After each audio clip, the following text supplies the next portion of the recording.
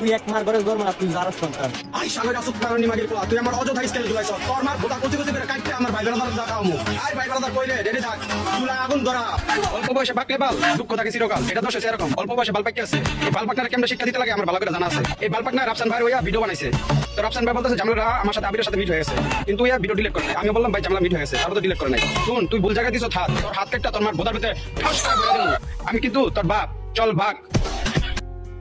ভিডিওটা না বানিয়ে আমি থাকতেই পারলাম না।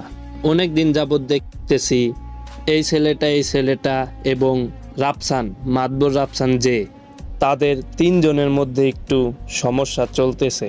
রাফসানেরটা সমস্যার সমাধান হয়েছে কিন্তু এদের দুইজনেরটা সমস্যার সমাধান হয়নি। কিন্তু এই লোকটা যেই কথা বলতেছে ইদানিং সে ওর মার এটা করবে ওর মার এটা করবে। কে ভাই তোমার কি মা বোন নাই? তোমারও কিন্তু ওর মতন একটা মা আছে। ও তোমার কথা কি বলবো, তোমার তো নাও থাকতে পারে, তুমি তো হিজলার ঘরে হইতে পারো। তাই যা বলবা আগে ভাববা তারপরে কাউকে বলবা, কারণ আল্লাহ ছাড় দেয় কাউকে ছেড়ে দেন না। এই কথাগুলি শোনার পরে তুইও আমারে নিয়ে রোস্টিং করবি এবং গালাগালি করবি। এইসব না কইরা পারলে সামনাসামনি আয়, চ্যালেঞ্জ দিলাম, আয় গালাগালি করবি না, পারলে সামনে কিছু কইরা দেখা।